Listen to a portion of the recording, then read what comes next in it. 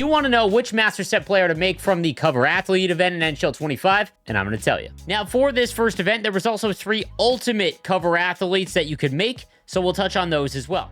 I do need to mention that this event system does look like it is going to be operating different than in prior years, where you could go back after the event is finished and make whatever Master Set player that you wanted, regardless of the time of the year. Because there are timers on here, it indicates that once this is over, you will not be able to go back and make these Cover Athlete Master Set items. So you're going to have to make your decisions quickly, which is what I hope to help with in this video. Now, let's start first with these Ultimate Cover Athletes, because I just want to address them at the beginning. None of these are worth the cost that you will need to invest to make one of them, unless they are your favorite player, or you are extremely hut rich. And to be hut rich, we're talking like $3,000 or $4,000 into the game. There is no way I would recommend trading 2 85 overall Cover Athlete items and the 84 overall pre-order Master Set item that you already had to get one of these cards. And that's not to say they aren't incredible. The fact that they get 0 cost ability points towards their gold ability, again, makes them some of the best cards in the game. But the only one that I would even think about was Jack Hughes, because his 84 has been so strong. They switch his ability to gold, make it snappy, and from my experience so far in NHL 25, I just haven't seen the same effectiveness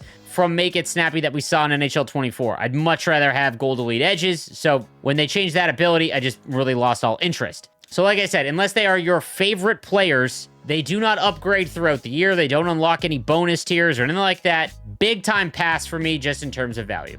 Now, when it comes to my rankings of these cards, again, all of these are fantastic. They are among the highest rated cards in the game. And again, if you have a favorite player amongst them, please make that card and use them on your team. It is way more beneficial to use your favorite players. That said, I was able to try out a majority of these Master Set items. I'm going to give you my feedback from what I saw, as well as what I hear in the community, and just cards I go up against all the time. So with that being said, let's start all the way down in the C tier. We're talking theme team only. That's the 85 Martin Brodeur. He has gold light work, but he's only 6'2", and his speed is at 84, which is the most important attribute for goaltenders, but there are a number of goaltenders that are taller and have higher speed rating than Martin Brodeur. If you are a Devils fan or you love Martin Brodeur, go ahead and make this card, but if you want to spend your resources on making this, I have a feeling you're going to be very, very disappointed. Now on to the B tier. All right, these are cards that, while good, but I did not find to be worth their value at all. And I'm going to start with Eric Lindros. I was sad about this because once I noticed that it was so hard to knock players off the puck, I thought with a 6'4", 240-pound centerman that has gold unstoppable force, he would just be literally the best card in the game. He's got 86 speed and 84 excel, which isn't terrible, and 87 agility. His shot was in the mid to high 80s. There should be nothing wrong with this card. However, I played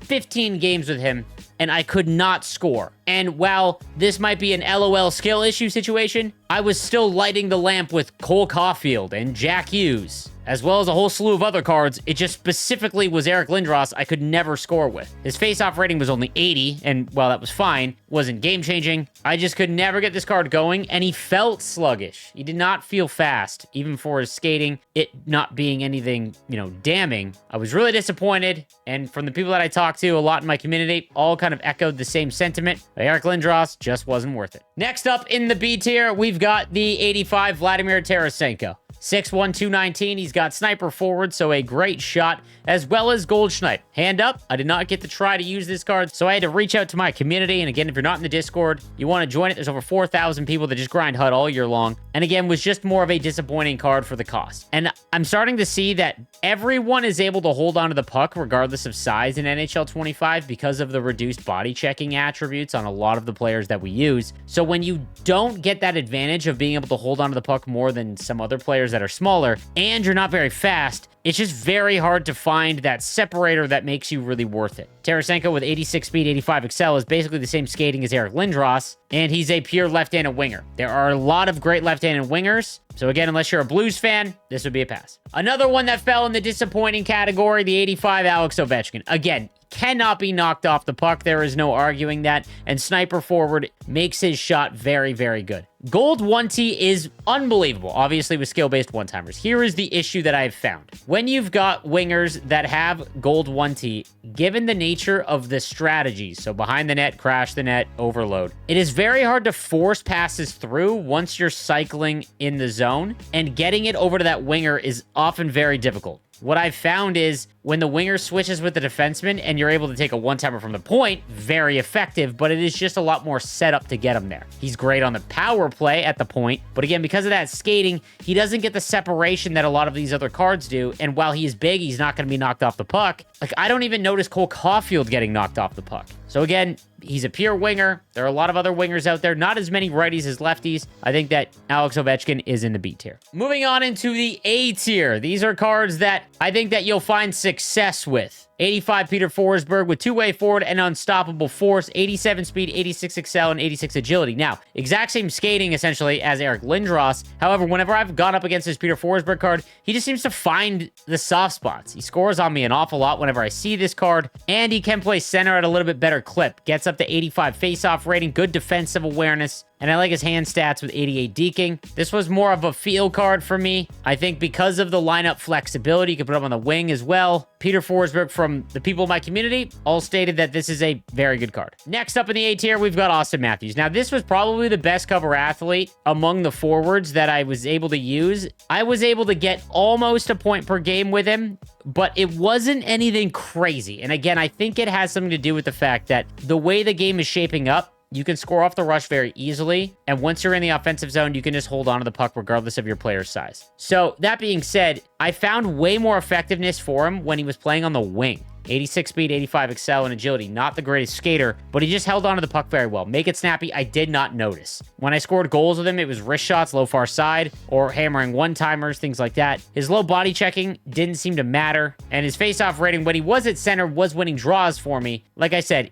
he was a very good card, but not exceptional. I would have much rather used the 85 base Connor McDavid, and it was just, you see that speed with base McDavid, and when you've got cards that cost so much money, and you don't get that they feel different vibe, that's why I think that they're capped at the A tier. Next, we've got Steven Stamkos, the 85 overall. This is basically the right-handed version of Peter Forsberg. 87 speed, 86 excel, gets up to 90 agility, and goal-born leader. Gotta be honest, at center, he was fine. I didn't really get any points with him, but he won all the draws that I took with him. I just didn't really notice him at all. That being said, he didn't cost me, and I wasn't frustrated with him. When I started to put him on the wing, I was able to get some ugly goals with him, but he actually started scoring for me a little bit more once I played him on the wing, and that's why I think I have him in the A tier, simply because if he doesn't work at one of the positions, you can move him to another position because he's got that good face-off rating. Born leader is fine. I think that everyone loses energy so fast that even if you get a boost from born leader, it really doesn't have that much of an impactfulness to allow you to keep that line out there. But nonetheless, if you really wanted a right-handed forward that could play wing or center, Steven Stamkos is a fine option. On to the S tier. These are must-make cards. Cale Makar is the only one from the cover athlete event. I think that you're going to see all of the defenseman master set player items or captain and hologram cards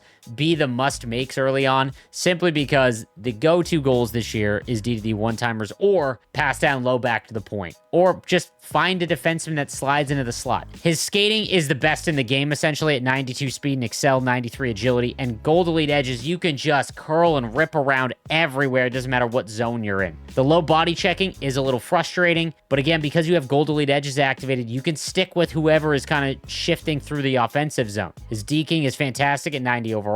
This is a perfect card early on, and he has scored so much for me. His shot, or his ability to pass and get things through. It's just been one of the most fun cards, and if you are still looking for a card to make in this event, Cale Makar is 100% where you need to start if you don't have him already. Now, there are obviously different scenarios, because if you've pre-ordered the game, you can definitely make a cover athlete for free, and even if you didn't pre-order the game, you could still get enough from EA through objectives and moments so that you could get one of these cards for free. Now, in terms of ways to still get free 82 overall cover athlete items, you need 6 of them to make a master set item. You can still get one from the cover athletes week 2 objectives. Again, by completing all of these, you will get that random 82 overall cover athlete player. The same thing goes with the moments. You can get random cover athlete player items by completing the cover athlete moments. So make sure if you are short to get your 6, you check out the moments and objectives that you've got available to you. Now, if you don't have enough free cover athlete items to make one of them, if you only need to make 1 or 2 of the 82 overall player items, I would recommend doing it for Cale Makar, and that's it.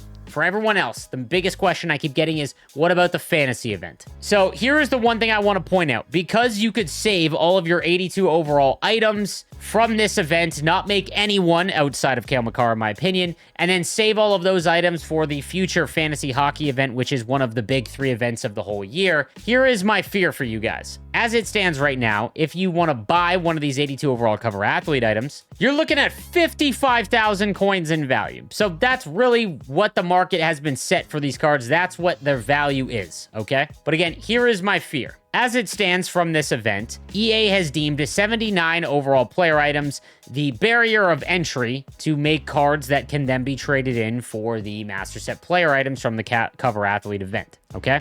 So you would need 79 overall items. If you keep your 82 overall and above player items from the cover athlete event that instead you could have used, so let's say you have 6 that you could trade in for a master set player item, okay? And you choose to hold on to them for the fantasy hockey event, and they don't make it 82 overall and above for a trade-in, you can buy 82s right now for 15,000 coins. Meaning that those 82 cover athlete cards that you held on to and didn't make your free master set player item with have now gone from 55,000 coins in value all the way down to 15,000. Because again, you need specific 82 overalls from the cover athlete event to make a master set player item. The fantasy event is not going to require specific cards from the cover athlete event. They are just going to be the same overalls. So again, if you want to play it safe for the fantasy event, I totally understand, but I just want you to be aware that there is a risk to run by not making these master set player items because you can't make them once the event is gone. So make Cale Makar and then decide if you want to get another one, if you have enough resources from free things that you acquired. That would be my recommendation. I hope this helps you with your decision of who to make from the cover athlete event, and I'll see you guys next time. Have a good one.